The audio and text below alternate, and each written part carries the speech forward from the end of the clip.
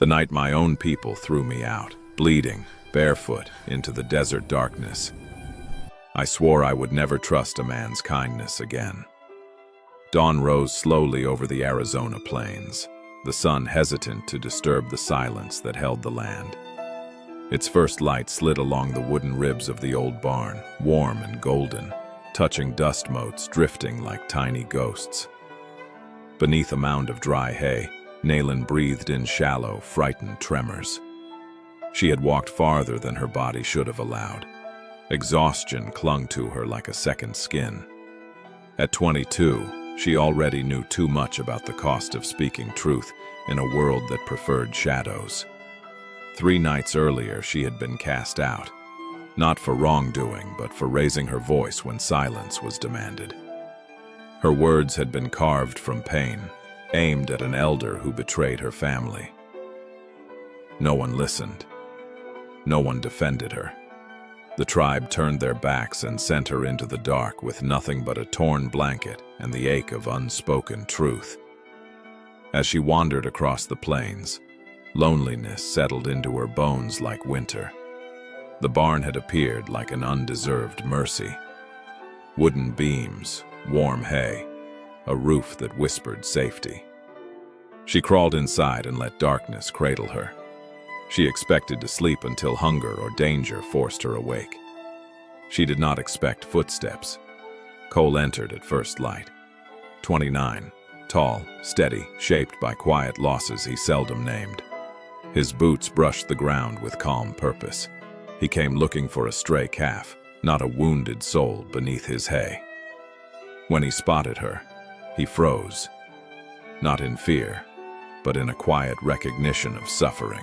Nalin lifted her head, dark eyes fierce though her body trembled. She braced for shouting, for rough hands, for blame she had grown accustomed to. Instead, Cole knelt slowly, careful as dawn. His voice was low, almost a whisper. "Pack your things. You're coming home with me." The words struck harder than any blow.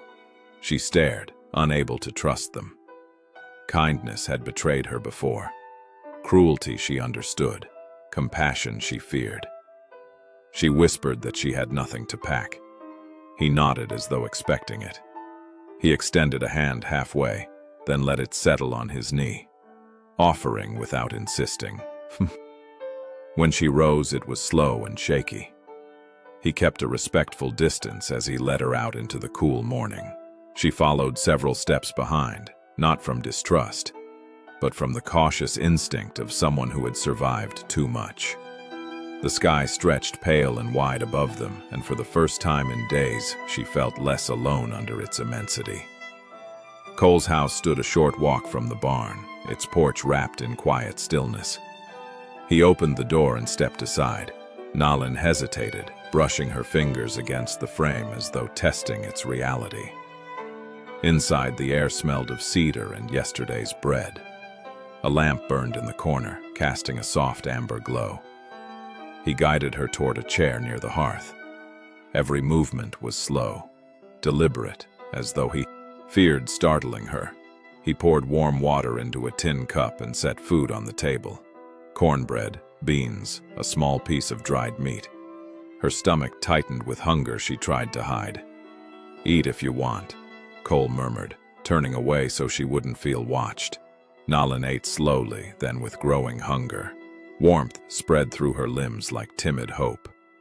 She glanced at him. He stood by the window, hands loose on the sill, eyes on the open land. Loneliness rested on him like an old coat. "Why help me?" she asked.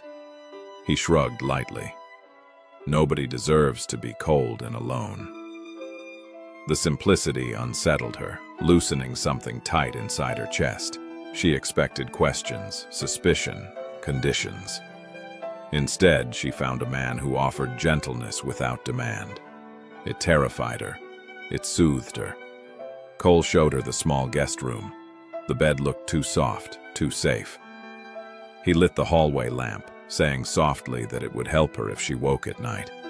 She lay down carefully. Sleep tugged at her immediately. For the first time in years, she surrendered without fear. Outside, night whispered promises she didn't dare believe.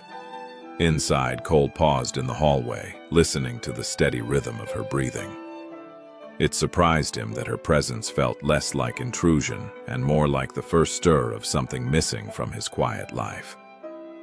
When dawn returned, Nalin opened her eyes slowly. Peace settled over her, unfamiliar yet gentle.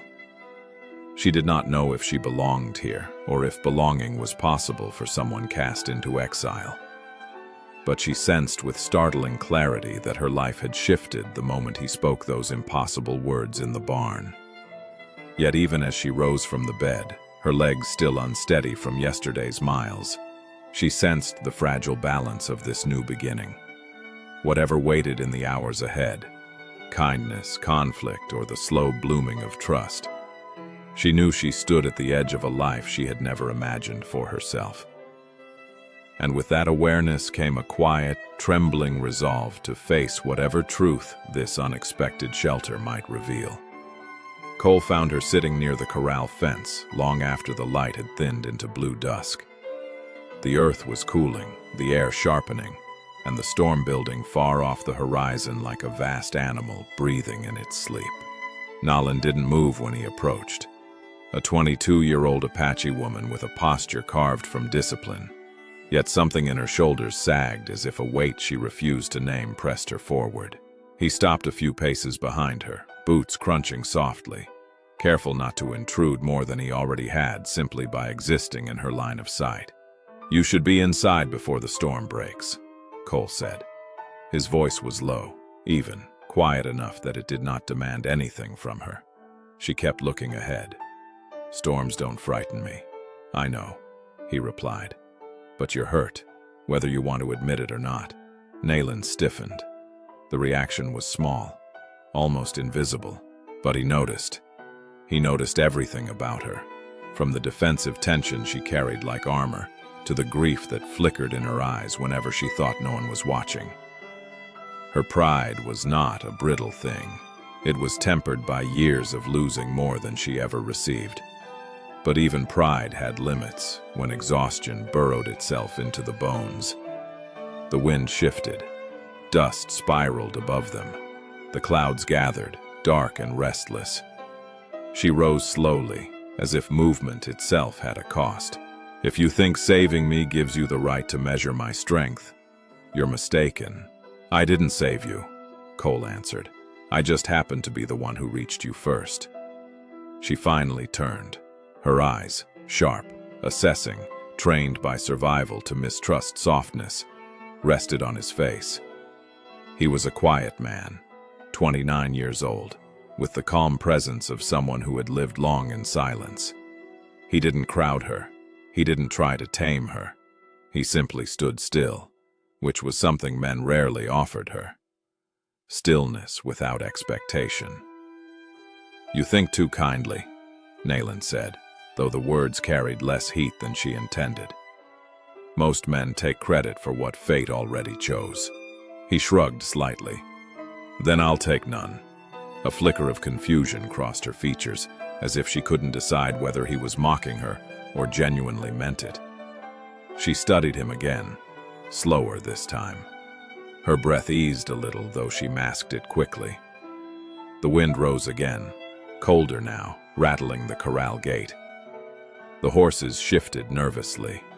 A distant rumble echoed across the plains. Cole glanced toward the barn.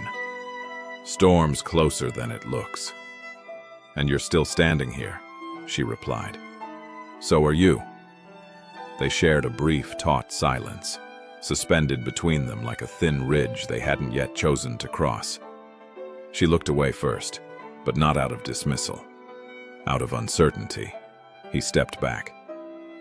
"I'll give you space, but come inside before the lightning starts." When he turned to leave, her voice stopped him. Not sharp this time, but rough around the edges, scraped by something she didn't want to expose. "Why don't you ask?" Nalin said. He paused. "Ask what?" "Why I tried to take your horse that night." Cole faced her again, but his expression stayed unchanged. "If you wanted to tell me, you would." She blinked, taken aback. "You aren't curious?" "Of course I'm curious," he said. "But curiosity isn't more important than what someone's ready to share." The answer unsettled her in a way threats never could. Honesty was a blade she understood. Gentleness was not. Lightning pulsed along the clouds like veins of fire.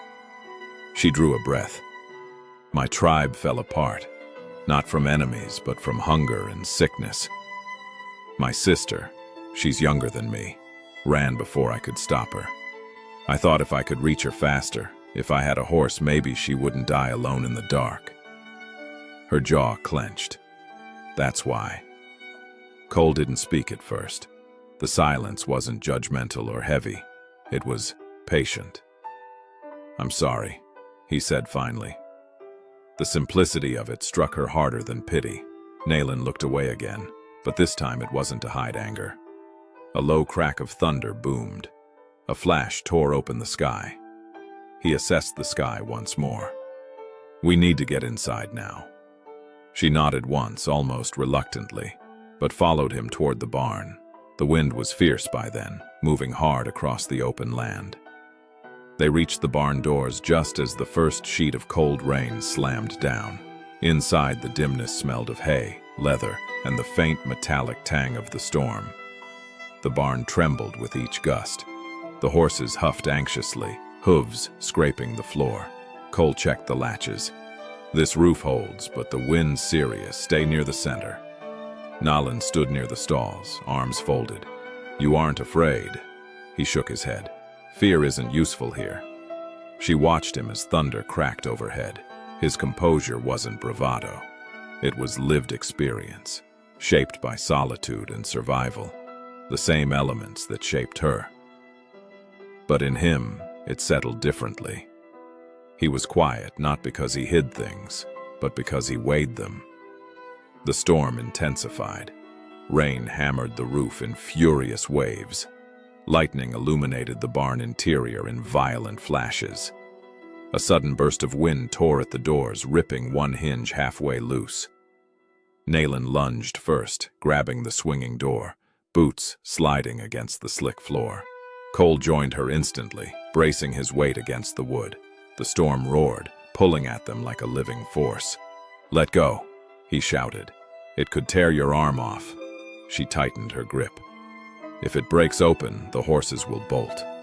Their eyes locked through the chaos. Both refused to yield. Together they forced the door shut, muscles straining, and he managed to drive the latch into place with a sharp, decisive motion. They stumbled back, breathing hard. The barn shuddered but held. Slowly, the storm's rage shifted to a steady, pulsing rhythm around them. She exhaled, then said quietly, "You didn't have to hold it with me. I wasn't going to let you take that risk alone." Nalin studied him, something shifting under her guarded stare. Not trust, not yet, but the beginning of its shape. Outside, the storm still raged, but inside, something steadier had taken root between them, small yet undeniable.